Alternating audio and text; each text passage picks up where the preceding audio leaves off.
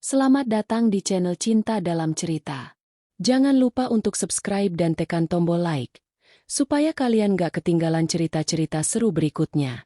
Yuk, kita mulai kisahnya.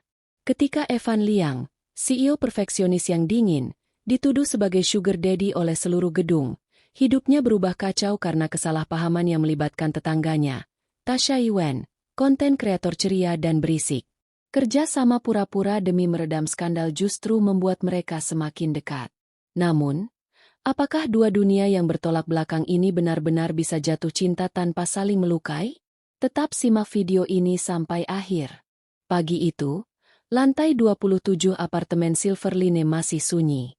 Koridor panjang berwarna abu lembut hanya diterangi cahaya matahari yang menembus kaca besar. Biasanya, hanya suara mesin penyaring udara yang terdengar.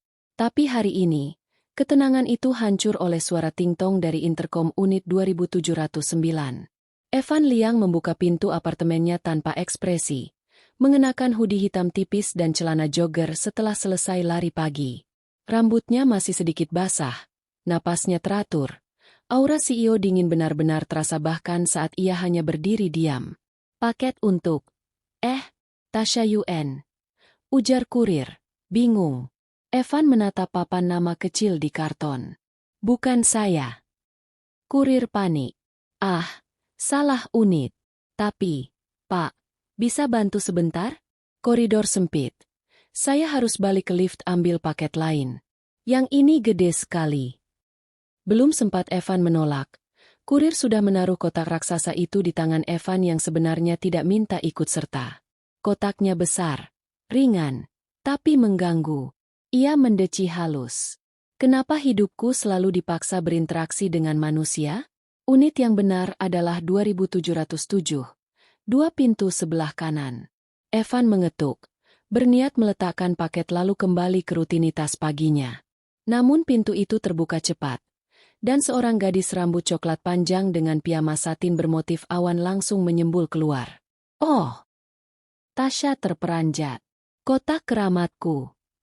Ia mengambil kotak itu dengan riang, tapi malah menjatuhkan kotak kedua dari dalam ruangan. Dan yang ketiga. Dan yang keempat. Sebelum Evan sadar, ia sudah berdiri di depan pintu Tasha sambil memegangi 4 paket besar. Kenapa semua ini ada di tangan saya? Tanya Evan datar. Tasha cengengesan sambil menahan rambutnya yang jatuh ke wajah. Karena, kalau enggak, kotak ini akan membunuhku secara perlahan. Lagian kamu kuat, kan? Kamu kan kaya. Ia memandang Evan dari atas sampai bawah, terlalu tanpa malu. Superhero dingin versi apartemen ini. Evan memutuskan untuk tidak menanggapi. Tanpa izin, Tasha menarik lengan hoodie Evan agar masuk ke unitnya. Taruh sini. Ini semua PR-ku buat hari ini. Evan berdiri di tengah ruang tamu kecil Tasha yang dipenuhi ring light, tripod, tumpukan pakaian, dan papan moodboard. Ia tampak seperti singa yang salah habitat. Aku tidak masuk, katanya tegas. Langkah kakinya tetap di ambang pintu. Tasha berhenti sejenak, lalu tertawa. Ya ampun, kamu kaku banget. Kamu pikir aku bakal menculik kamu? Santai, Pak CEO. Evan memicingkan mata. Bagaimana kamu tahu saya CEO? Tasha menunjuknya dengan remote AC. Orang-orang di lantai ini ngomong. Katanya kamu CEO konsultan, super disiplin, gak suka diganggu, dan gak pernah senyum lebih dari 0,5 detik. Evan menelan napas. Gosip yang tidak relevan. Relevan dong, jawab Tasha. Masih tersenyum. Menjelaskan kenapa kamu tampak alergi sosial. Sebelum Evan bisa membalas, suara langkah kaki muncul dari arah lorong. Beberapa tetangga tengah lewat menuju lift. Tasha sedang berdiri dekat Evan, pakaian piyama manis, rambut acak sedikit seksi pagi itu, kotak besar menumpuk di pintunya, dan Evan berdiri sambil memegangi paket lain, wajah dingin, seperti pria yang baru saja mengantar belanjaan wanita mudanya. Seorang ibu-ibu tetangga memandang mereka lama. Terlalu lama. Tatapannya penuh makna. Lalu ia berbisik pelan. Sangat tidak pelan. Pantas saja. CEO kaya. Anak muda cantik. Ya. Tasya kelabakan. Bukan. Bukan begitu. Tapi ibu itu sudah pergi, membawa serta imajinasi liar dan niat menyebarkan gosip secepat mungkin. Tasya menatap Evan. Wajahnya memerah. Kita harus jelasin ini. Tidak perlu, jawab Evan datar. Orang suka membuat kesimpulan salah. Ini bukan perkara saya. Tapi perkara saya. Tasya mengetuk dadanya. Nanti aku dibilang sugar baby. Mana followersku percaya lagi. Evan hendak berbalik pergi ketika Tasya menahan lengannya. Sentuhan itu kecil, tapi cukup membuat Evan menegang secara refleks. Makasih ya, kata Tasya, suara menurun. Kalau kamu nggak nolong, aku pasti jatuh tertimpa kotak. Evan berdeham pelan, berusaha memutus kontak mata. Hati-hati lain kali. Ia melangkah pergi, tapi sebelum jauh, Tasya memanggilnya. Evan. Ia menoleh pelan. Kamu nggak seseram yang orang bilang. Evan terdiam. Angin AC dari lorong menyapu rambutnya ringan. Saya tidak berniat terlihat seram, jawabnya singkat. Tasya tersenyum tipis. Pertama kalinya sejak pagi, senyum itu membuat Evan berhenti sepersekian detik. Dan itulah awal bencana kecil di lantai 27. Awal gosip, awal salah paham, awal hubungan yang tak pernah direncanakan oleh Evan atau oleh Tasya.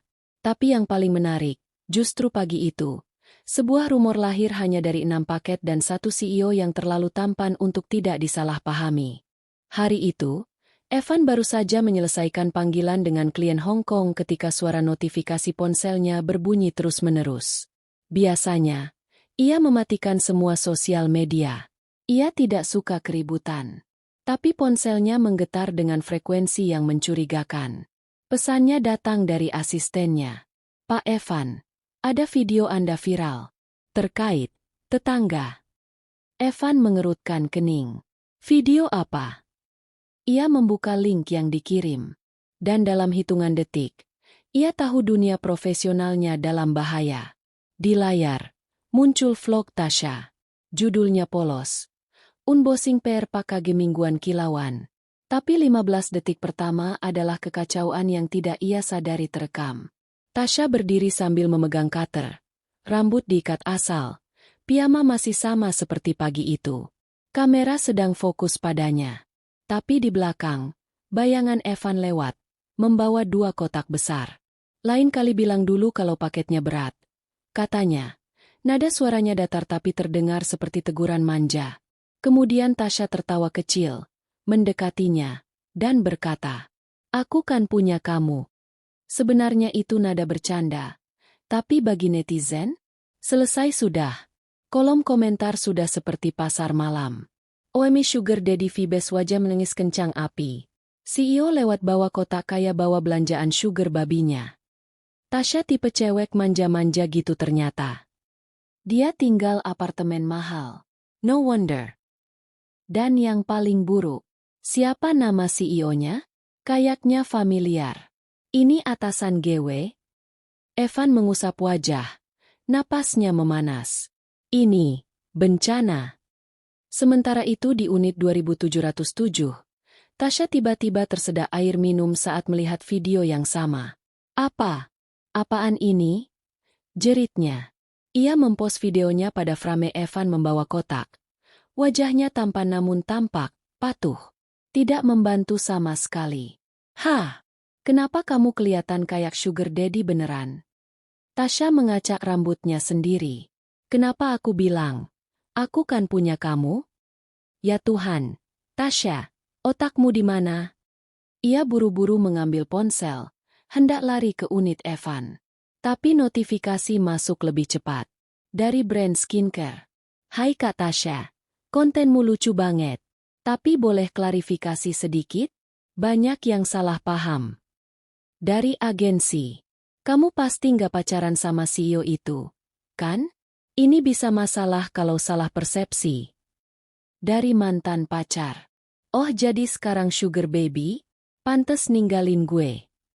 Tasya menghela napas panjang. Evan, Aku bakal bunuh kamu secara sopan. Evan baru keluar dari kamar kerjanya ketika pintunya diketuk keras. Dum! Dum! Dum! Ia membuka pintu, dan Tasha langsung menerobos masuk tanpa menunggu izin. Evan Liang! Teriaknya. Evan berkedip. Kenapa kamu selalu masuk tanpa? Kenapa kamu kelihatan seperti pria yang sangat akrab dengan anak binaannya? Evan mematung. Apa? Tasha menunjuk video di ponselnya. Ini. Lihat ini. Kenapa kamu ngomong gitu? Kenapa kamu lewat pas aku syuting? Kenapa kamu bawa kotak kayak? Kayak? Gitu. Evan menatap videonya, menilai situasi secara objektif. Saya memang lewat. Karena itu jalur ke dapur. Dan ucapanmu yang itu, fakta. Tasha memukul bantal sofa Evan. Sudahlah. Sekarang semua orang salah paham. Evan mengangkat tangan, mencoba menenangkan. Tenang. Tetangga memang suka salah paham. Nanti juga lupa. Ini bukan tentang tetangga, Evan. Tasha mendekat sampai wajah mereka hanya berjarak 20 cm. Ini internet. Internet. Sekali mereka salah paham, mereka bikin teori konspirasi. Evan menelan ludah. Bukan karena marah, karena Tasha terlalu dekat dan matanya sangat terang. Tasha. Apa? Tolong, beri saya jarak napas. Tasha mundur sedikit, meski masih frustrasi. Kita harus bikin klarifikasi. Sekarang. Tidak. Evan menjawab cepat. Apa? Tasha memicingkan mata. Kenapa tidak? Karena kalau kita panik, ujar Evan, situasinya akan membesar. Klarifikasi mendadak sering terdengar seperti pengakuan. Hanya di dunia CEO, gumam Tasha. Evan melanjutkan, saya butuh waktu untuk mengatur strategi. Saya tidak bisa bertindak gegabah. Reputasi saya menyangkut proyek besar. Tapi reputasiku juga dipertaruhkan. Saya tahu. Evan duduk di sofa, mengetuk jarinya ke dagu, melakukan kebiasaannya ketika berpikir dalam-dalam. Kita harus membuat publik percaya bahwa hubungan kita normal. Tasha berhenti. Normal? Ya, bukan. Hubungan finansial yang tidak etis. Tasha mengangkat alis. Evan, kita bahkan tidak punya hubungan. Evan menatapnya tajam. Tapi suaranya tetap rendah. Tepat. Dan itu masalahnya. Tasha mendengus. Sekarang maksudmu apa? Kita perlu bekerja sama untuk meredakan rumor. Kerja sama bagaimana?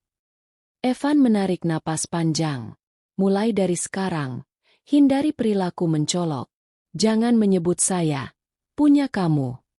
Jangan merekam saya tanpa izin. Dan jangan terlihat terlalu dekat di kamera. Tasha menatapnya lama, lalu tertawa kecil. Jadi kamu mau hubungan kita lebih jauh dari yang orang kira? Evan terdiam beberapa detik. Yang saya mau adalah kontrol. Tasha menyipitkan mata. Aku bakal bantu. Tapi kalau gosip makin parah, kamu traktir aku bubble tea tiap hari seminggu. Evan menghela napas. Denda yang tidak profesional. Tasha tersenyum nakal. Dan kamu suka profesional, kan? Untuk pertama kalinya dalam hidupnya, Evan tidak tahu harus menjawab apa. Dan video viral itu baru permulaan dari kekacauan yang akan menjerat mereka berdua. Tasha duduk bersila di sofa Evan seperti sedang rapat kreatif. Bukan sedang membahas salah satu gosip paling absurd di seluruh apartemen. Evan berdiri tegak di depan jendela besar, memandangi kota Shanghai yang masih berkabut pagi. Aura CEO-nya terlalu serius untuk urusan klarifikasi sugar daddy palsu. Jadi, Tasha membuka percakapan. Apa rencanamu, Tuan Strategi? Evan menatapnya singkat. Kita harus membuat publik percaya bahwa interaksi kita wajar. Kita baru ketemu 2 kali dan dua-duanya gagal wajar. Tasha menunjuk dirinya. Aku pakai piyama. Kamu pakai tampang CEO tersindir. Karena itu kita perlu rencana, Evan menegaskan. Tasha mengangkat tangan. Oke, jelaskan. Evan berjalan menuju meja makan, mengambil tablet dan menyalakan beberapa notepad digital, seolah sedang memimpin rapat direksi. Tahap 1, katanya, kurangi frekuensi tatapan intens antara kita di area publik. Tasha memblak. Hei, kamu yang tadi ngeliatin aku kayak scanner airport. Itu insting, balas Evan, tak berkedip. Saya sedang menilai kerusakan. Tasha mendengus. Oke, lanjut. Tahap 2, Evan melanjutkan sambil menatap catatan. Kita akan muncul bersama di beberapa ruang publik di gedung ini. Tasha mengerutkan alis. Bukannya itu bikin rumor makin parah? Tidak, jawab Evan. Duduk perlahan seperti hakim yang memutuskan sesuatu penting. Justru kalau kita terlihat biasa saja, rumor akan jatuh sendiri. Dan definisi biasa, menurutmu apa? Berjalan bersama ke lobi. Mungkin naik lift bareng. Menyalami satpam bersamaan. Tasha memutar bola matanya. Kamu pikir ini press conference perdamaian? Evan tidak menanggapi. Tahap 3. Kamu tidak boleh mengunggah video yang memperlihatkan saya tanpa filter kontrol. Filter kontrol? Tasha berkedip. Kayak sensor wajah. Lebih seperti memastikan tidak ada dialog ambigu. Tasha memegang kepalanya. Ambigu? Kamu cuma ngomong satu kalimat dan internet langsung ngegas. Evan berhenti. Justru itu masalahnya. Saya tidak pandai merangkai kata. Itu benar, gumam Tasha kecil. Evan menatapnya tajam. Apa? Tasha mengangkat tangan menyerah. Fakta kok. Evan mengembuskan napas. Jadi, kita perlu kesepakatan. Sistem. Tasha tiba-tiba berdiri, menunjuk hidung Evan dengan jari. Oke, dengarkan. Aku juga manusia. Kontenku penting buat pekerjaanku. Jadi kalau aku harus mengatur gaya hidup hanya demi reputasimu, kamu juga harus berkorban. Evan menegakkan punggung. Jenis pengorbanan apa? Tasha menatapnya penuh perhitungan. Kamu harus menjadi orang normal. Evan terdiam. Saya normal. Kata siapa? Tasha menunjuk lagi. Kamu bicara seperti manual robot. Kamu nggak pernah senyum. Kamu bahkan ngetik chat tanpa emotikon. Emotikon tidak efisien, Evan berbisik. Tepat sekali. Tasha menepuk sofa. Mulai hari ini kamu harus mengikuti beberapa pelajaran manusia normal dariku. Evan mengerutkan kening. Saya bukan proyek eksperimen. Kalau kamu mau gosip mati, kamu harus lebih approachable. Evan menimbang. Lalu akhirnya berkata, baik, sementara. Tasha tersenyum puas. SIP. Sekarang kesepakatan lengkap. Kamu bantu nama baikku. Aku bantu kamu mendekati level manusia. Evan mendadak merasa direndahkan. Tapi anehnya, ia menerima. Jadi kapan kita mulai? Sekarang. Tasha menepuk dadanya bangga. Lesson 1. Ekspresi wajah. Ekspresi wajah saya baik-baik saja. Tidak. Tasha menolak cepat. Wajahmu minta dipukul kalau digabung sama komentar dingin. Evan hampir protes. Tapi Tasha sudah mendekatinya. Sangat dekat. Terlalu dekat. Jarak mereka hanya sejengkal. Evan otomatis menahan napas. Coba senyum. Perintah Tasha. Saya tidak merasa perlu. Tersenyum. Evan mencoba, tapi hasilnya lebih mirip orang menahan kram. Tasha menekan pipinya dengan kedua jari. Itu muka apa? Kamu senyum atau habis makan lemon busuk? Evan tersinggung level CEO. Ini latihan yang tidak profesional. Belajarlah. Tasha menahan tawa. Kalau kamu senyum begini ke klien, mereka pasti kabur. Evan mengalihkan wajah. Kita fokus ke situasi, bukan ke... Brak. Pintu apartemen Evan tiba-tiba diketuk keras. Suara satpam dari luar. Pak Evan, kami mendapat laporan bahwa Anda tinggal serumah dengan gadis muda. Perlu klarifikasi untuk keamanan gedung. Tasya dan Evan membeku. Lalu Tasya berbisik pelan. Apa rencana tahap 4? Evan menutup mata sejenak, penuh frustrasi. Saya belum menulis tahap 4. Suara satpam makin keras. Pak Evan, tolong buka pintu. Tasya menatap Evan panik. Kita harus jelasin. Evan membuka mata, menatap Tasya dengan aura tajam penuh tekad. Tidak, sekarang kita improvisasi. Improvisasi apa? Evan mendekat, sangat dekat, hingga Tasya refleks mundur satu langkah.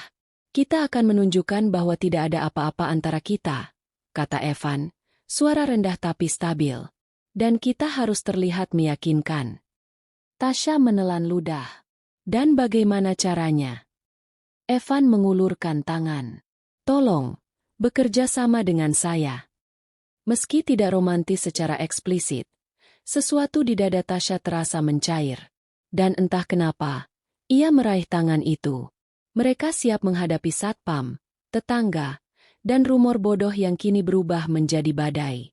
Namun Tasya tidak tahu, kesepakatan gila ini akan membuat jarak di antara mereka semakin dekat. Terlalu dekat untuk sekadar klarifikasi. Hari itu, setelah drama satpam yang nyaris membuat reputasi Evan runtuh secara fisik dan mental, keduanya sepakat menunda rencana klarifikasi sampai besok. Tasya kembali ke unitnya dengan rambut berantakan dan wajah mematung seperti habis ujian menyelamatkan dunia. Evan menutup pintunya, mengembuskan napas panjang. Kacau, gumamnya. Benar-benar kacau. Namun ia tidak bisa mengabaikan satu hal. Tangan Tasya terasa hangat ketika menggenggamnya tadi. Terlalu hangat. Ia menggeleng. Fokus. Evan. Prioritas. Reputasi. Malam tiba di lantai 27. Angin dingin menerpa kaca tinggi apartemen. Lampu-lampu kota memantul seperti bintang-bintang buatan manusia. Evan baru selesai mandi, mengenakan kaos abu dan celana rumah. Ia menyiapkan teh, berusaha menenangkan diri. Lalu, beletuk, lampu mati. Seluruh lantai gelap, hanya emergency light merah menyala redup. Evan mengangkat alis. Pemadaman? Di gedung semahal ini? Ia memutuskan menunggu. Tapi kemudian, dem-dem, pintu diketuk keras. Evan membuka, dan Tasya muncul dengan wajah paling tragis sedunia. Evan, aku kehilangan listrik, wifi, dan harapanku terhadap hidup. Boleh numpang colokan powerbank? Evan menyilangkan tangan. Colokan butuh listrik, dan... Ya ampun, jangan teori dulu. Tasya dorong pintu dengan siku. Aku butuh tempat terang. Rumahku gelap kayak ujian hidup. Evan menatapnya lama. Tasya membawa 2 powerbank mati, laptop mati, dan wajah seperti kucing kehujanan. Evan akhirnya menghela napas dan mempersilakannya masuk. Kamu takut gelap? Tanya Evan datar. Aku takut sendirian dalam gelap. Tasya mengoreksi cepat. Itu beda. Bagaimana bedanya? Yang satu dramatis, yang satu menyedihkan. Aku pilih dramatis. Evan menepuk jidat. Karena listrik padam, satu-satunya tempat yang punya sedikit cahaya adalah balkon, diterangi lampu kota dari luar. Tasya duduk bersandar pada dinding kaca, memeluk lutut. Evan duduk di sampingnya dengan jarak aman, sekitar 2 ubin lantai. Tasya membuka pembicaraan duluan. Kamu kok diem banget? Saya sedang berpikir, jawab Evan. Boleh tahu apa? Strategi kerja. Tasya memutar bola mata. Di jam 10 malam? Dalam gelap. Masalah tidak mengenal jam.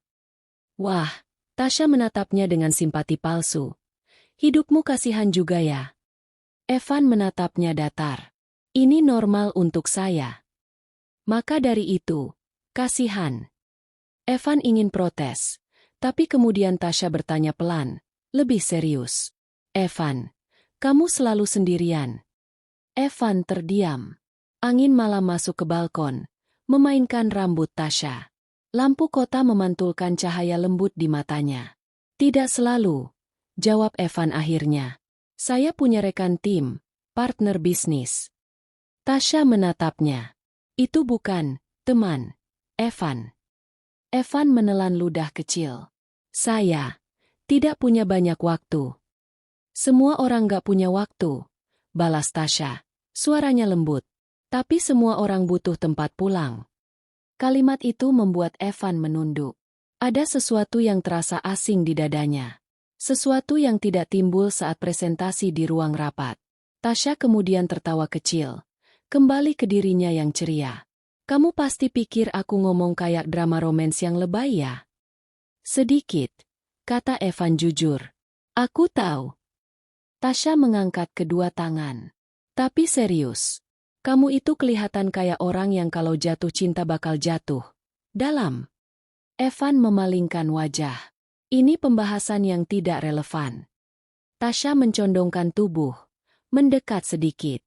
Jadi kamu memang pernah suka sama seseorang? Evan menahan napas. Tasha tertawa pelan. Aha, wajahmu jawabannya. Tidak perlu menebak-nebak, gumam Evan. Kenapa? Malu? Tidak, saya hanya tidak ingin membahas hal-hal pribadi. Tasha menatapnya lama, tanpa senyum, tanpa godaan. Hanya tatapan lembut. Evan, kamu boleh cerita kalau mau. Aku nggak bakal ngejut gay. Dan anehnya, Evan percaya itu.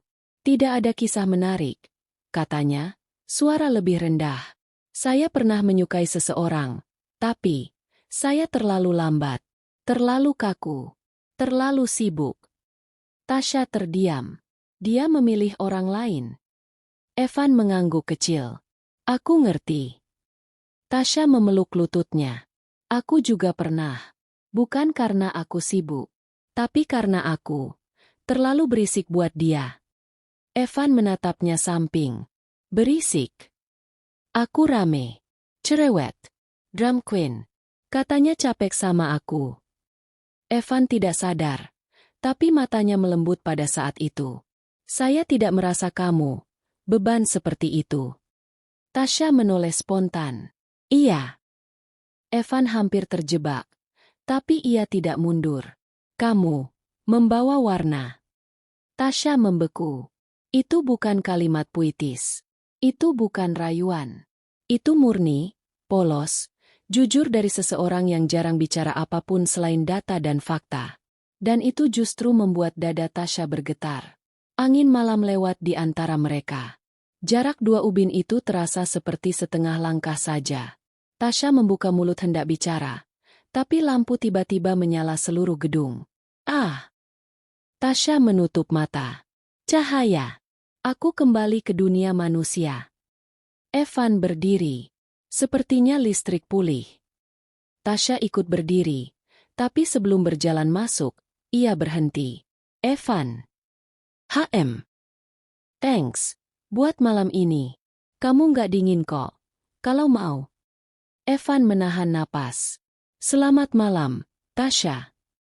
Tasha tersenyum kecil lalu keluar dari unitnya. Ketika pintu menutup, Evan baru sadar. Malam itu, untuk pertama kalinya sejak lama, ia tidak merasa sendirian. Dan itu lebih menakutkan daripada rumor apapun. Evan tidak pernah menyukai keramaian di lobi apartemennya. Terlalu bising, terlalu banyak orang saling menatap, terlalu banyak situasi di luar kendali. Tapi pagi itu, untuk pertama kalinya, dia merasa cemas berdiri di sana, memegang kopi hitam yang sejak 10 menit lalu tidak lagi ia minum. Karena di hadapannya, Tasha sedang tertawa dengan pria lain.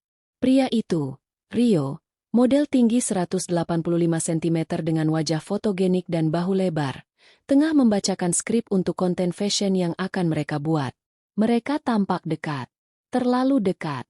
Tasha tertawa sambil menepuk lengan Rio setiap kali pria itu bercanda. Dan Rio membalas dengan senyuman yang, untuk Evan, terlalu ramah. Evan memicingkan mata.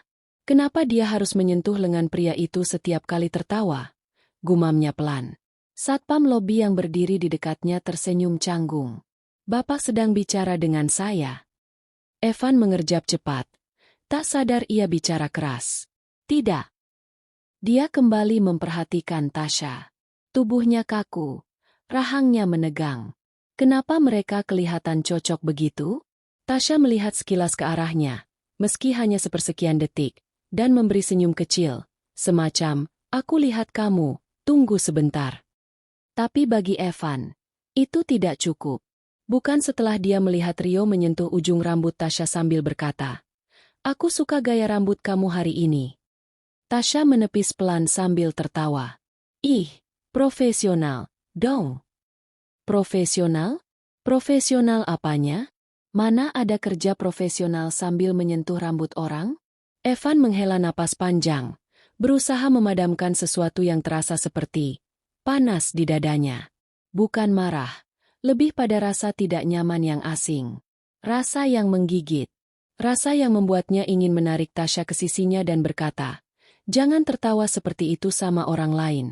Tapi dia tidak punya hak. Tidak ada status. Tidak ada perjanjian romantis. Hanya kesepakatan tetangga yang bekerja sama. Sial. Sore harinya, Evan mendengar suara langkah cepat dari ujung koridor. Tasha pulang bersama Rio. Mereka baru selesai syuting. Kacamata hitam Rio menggantung di kerah. Sementara Tasha tampak ceria dengan rambut berantakan yang sepertinya disentuh lebih dari sekali. Thanks udah anterin. Tasha tersenyum. Evan menggumam tanpa sadar. Tasha menoleh, terkejut melihat Evan keluar dari unitnya. Oh, lo pulang juga? Baru selesai meeting. Rio melirik Evan, seolah menilai. Oh, ini tetangga kamu? Yang di vlog viral itu. Evan merasa harga dirinya disentil. Saya Evan. Tetangganya. Katanya datar. Rio mengangguk ramah. Gue Rio. Tasha tidak sadar kalau energi dua pria itu berubah tegang. Gue duluan, Tash. Kata Rio sembari membungkuk sedikit. Namun sebelum pergi, ia memeluk Tasha singkat, pelukan santai. Tapi cukup lama untuk membuat napas Evan tertahan. Evan melangkah maju.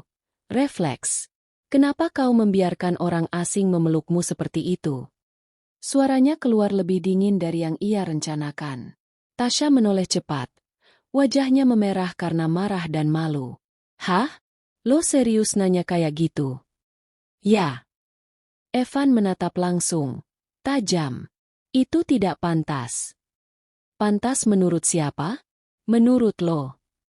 Tasha menyilangkan tangan. Ekspresi menantang.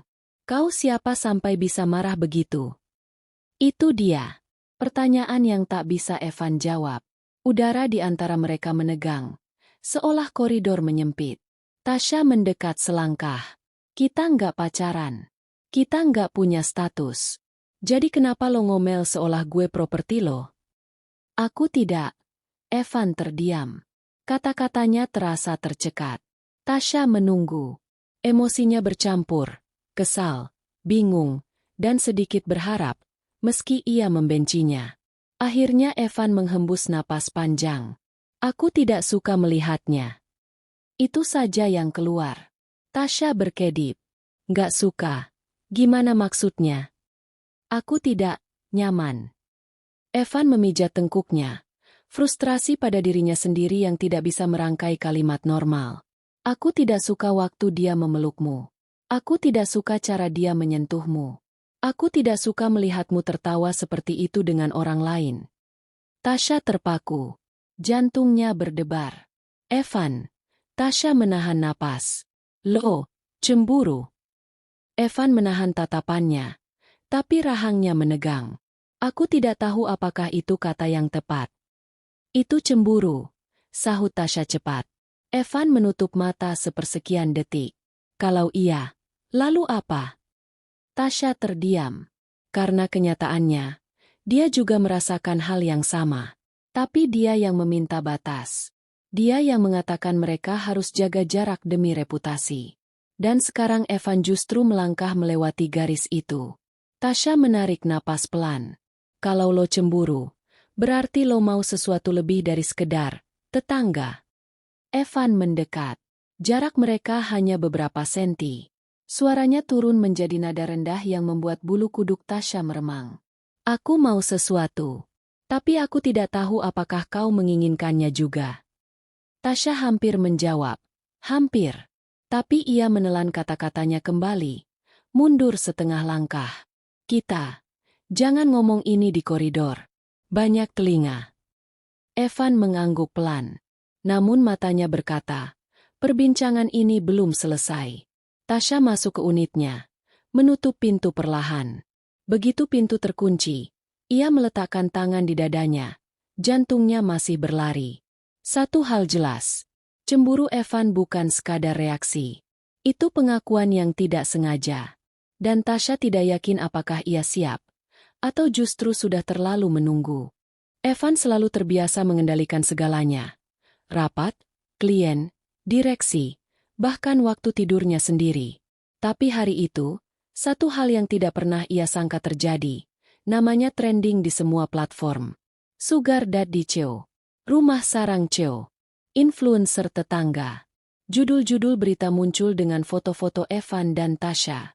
Evan membawa belanjaan Tasya. Evan memegang payung untuk Tasya. Evan dan Tasya di balkon malam itu. Evan keluar dari lift bersama Tasya sambil membawa paket. Beberapa foto bahkan sangat dekat seolah paparazzi sengaja mengintai lantai apartemen mereka. Direksi langsung memanggil rapat darurat. Suasana ruang meeting tegang, dingin, penuh tatapan tuduhan. Evan, ucap salah satu direktur senior. Ini bukan sekadar rumor. Ini menyerang kredibilitas kita sebagai konsultan. Klien mempertanyakan integritas perusahaan. Sebagian membatalkan janji, tambah yang lain. Kita butuh klarifikasi sekarang. Evan duduk tegak, wajahnya tetap datar. Tapi di balik ekspresi itu, dadanya berdesir dengan rasa bersalah, karena Tasya ikut terseret, meski sama sekali tidak bersalah. Aku akan mengeluarkan pernyataan resmi, ujar Evan akhirnya. Direksi bernapas lega. Tapi, lanjut Evan, aku perlu waktu untuk memastikan tidak ada pihak lain yang memanfaatkan ini. Direksi saling menatap. Bingung. Evan, kata direktur senior itu, kau hanya perlu mengatakan bahwa wanita itu tidak ada hubungan Deng. Pintu ruang rapat tiba-tiba terbuka keras. Semua kepala menoleh. Tasya berdiri di sana. Bernapas cepat. Pipi merah. Rambut berantakan karena mungkin ia terburu-buru. Kemeja putihnya tersembul dari bawah jaket denim. Dan ia terlihat panik. Tasya. Evan terpaku. Salah satu direktur mengernyit. Siapa yang mengizinkan? Aku nggak butuh izin. Tasya memotong. Suaranya bergetar tapi tegas. Aku datang karena aku tahu kalian sedang menyudutkan Evan. Ruangan hening. Direksi melongo. Evan benar-benar lumpuh. Tasya melangkah masuk beberapa langkah. Mencoba menata napas. Aku lihat berita. Gosip. Komentar jahat. Mereka bilang Evan sugar daddy-ku. Itu konyol. Kalian semua tahu itu tidak benar. Direktorat mulai berbisik. Evan menatapnya. Cemas. Tasya, kau tidak perlu. Aku perlu. Tasya menatapnya, dan ada sesuatu di matanya. Keberanian yang dipaksa muncul karena ia tidak tahan melihat pria itu sendirian menghadapi badai. Ia berbalik ke direksi. Evan bukan sugar daddy-ku. Evan bahkan bukan. Apapun yang kalian pikirkan. Tasya menelan ludah. Gugup. Kalau ada yang salah, itu aku. Aku yang tinggal dekat. Aku yang suka minta bantuin dia. Aku yang sering muncul di videoku tanpa sengaja. Kesalahannya bukan pada Evan. Direksi mulai tampak luluh. Tapi Tasya belum selesai. Ia menarik napas panjang dan berkata kalimat yang membuat dunia berhenti. Aku suka dia. Itu masalahnya. Evan membeku. Direksi membeku. Seluruh ruangan seolah menelan keheningan. Tasya tampak seperti baru menyadari apa yang ia katakan. Matanya melebar. Maksudku bukan, aku, bukan maksud mengganggu rapat formal begini. Tapi, ya, itu kenyataannya. Evan berdiri. Kursinya berderit pelan. Tasya. Ia memanggil pelan. Suaranya rendah dan tidak seperti biasanya. Kesini. Tasya menatapnya seperti rusa ketakutan. Aku salah bicara ya? Aku. Kesini, ulang Evan, lebih pelan, tapi membuat seluruh tubuh Tasya merinding. Tasya melangkah mendekat. Evan meraih pergelangan tangannya. Pelan, hati-hati, seolah ia memegang sesuatu yang rapuh. Kenapa kau datang ke sini? Tanyanya dengan suara yang hanya cukup untuk mereka berdua. Aku nggak mau lo diserang sendirian, bisik Tasya. Aku bisa jelasin. Aku bisa bantu. Aku nggak mau mereka mikir lo manfaatin aku. Aku tidak peduli apa yang mereka pikirkan tentangku. Evan mendekat sedikit. Yang ku benci adalah mereka menyeretmu. Itu yang tidak bisa kuterima. Tatapan mereka bertaut. Jarak semakin kecil. Direksi sudah tidak berani bergerak. Akhirnya Evan berkata lantang. Cukup jelas untuk satu ruangan mendengar. Aku juga suka dia. Tapi aku ingin melakukannya dengan benar. Gema kalimat itu memantul di dinding ruangan rapat paling bergengsi di gedung itu. Direksi bengong. Asisten rapat menjatuhkan pulpen. Dan Tasya hampir kehilangan napas. Wajah Tasya memerah seketika. Kakakmu nggak perlu. Aku perlu, ujar Evan tegas. Karena kalau kau berani mengakuinya lebih dulu, aku tidak bisa membiarkanmu berdiri sendirian. Ruangan seketika pecah oleh batuk-batuk kecil dan usaha direksi pura-pura sibuk dengan laptop masing-masing. Tasya menyentuh lengan Evan pelan. Lo sadar nggak? Kita baru saja bikin pengakuan cinta di depan jajaran direksi paling ditakuti di kota ini. Evan menatapnya. Sudut bibirnya terangkat sedikit. Aku tidak takut pada siapapun. Dia menunduk. Suaranya lebih rendah. Yang kutakutkan hanya kehilanganmu. Dan untuk pertama kalinya sejak skandal itu pecah, Tasya merasa aman. Setelah pengakuan di ruang rapat, hidup Evan dan Tasya tak lagi sama. Bukan hanya karena media meledak dengan kabar hubungan mereka, melainkan karena untuk pertama kalinya, mereka melangkah dalam sesuatu yang selama ini mereka hindari, kejujuran perasaan. 2 minggu setelah skandal mereda, mereka memutuskan membuat pengumuman resmi. Bukan konferensi pers, bukan video viral, hanya satu foto sederhana. Tasya bersandar di bahu Evan, tangan mereka saling mengunci. Caption Evan singkat, rapi, sangat dirinya. Bukan sugar daddy, hanya pria yang jatuh cinta pada tetangganya. Caption Tasya lebih ramai, tentu saja. Akhirnya bisa posting foto ini tanpa bikin netizen menduga yang aneh-aneh wajah menangis kencang. Postingan itu justru membuat publik luluh. Mereka bukan skandal, mereka adalah romcom nyata. Namun di balik layar, perjalanan keduanya penuh penyesuaian. Tasya pindah sementara ke unit Evan, bukan karena butuh keamanan, tetapi karena paparazzi masih berkeliaran. Malam pertama tinggal bersama, mereka duduk di sofa dengan jarak tak wajar, seperti dua orang yang takut salah gerak. Kau bisa santai, kan? Tanya Tasya sambil meraih remote. Aku santai, kata Evan sambil duduk seperti patung. Tasya mendesah. Itu bukan definisi santai, Evan. Ia mendekat, memindahkan bantal pemisah tubuh mereka. Evan menegang seperti alarm mobil. Kau takut apa? Tanya Tasya, lembut. Takut, melakukan sesuatu yang membuatmu tidak nyaman. Tasya tertawa, miringkan kepala. Aku ini yang nempel duluan. Ingat, kalau ada yang harus takut, itu aku. Takut kau pikir aku agresif. Kau memang agresif, gumam Evan. Dan kau suka, balas Tasya cepat. Untuk pertama kalinya sejak mereka tinggal bersama, Evan mengalihkan pandangan sambil tersenyum kecil, senyum yang sangat mahal harganya. Malam itu, hujan turun. Jendela memantulkan lampu kota. Tasya keluar dari kamar dengan kaos oversized Evan yang kebesaran di bahunya. Evan terpaku melihatnya. Kenapa? Pakai itu. Kemeja tidurku belum kering, jawab Tasya sambil mengangkat bahu. Masalah? Tidak, jawab Evan cepat. Sangat cepat. Tasya duduk di sebelahnya di sofa. Jarak lebih dekat dari sebelumnya. Evan.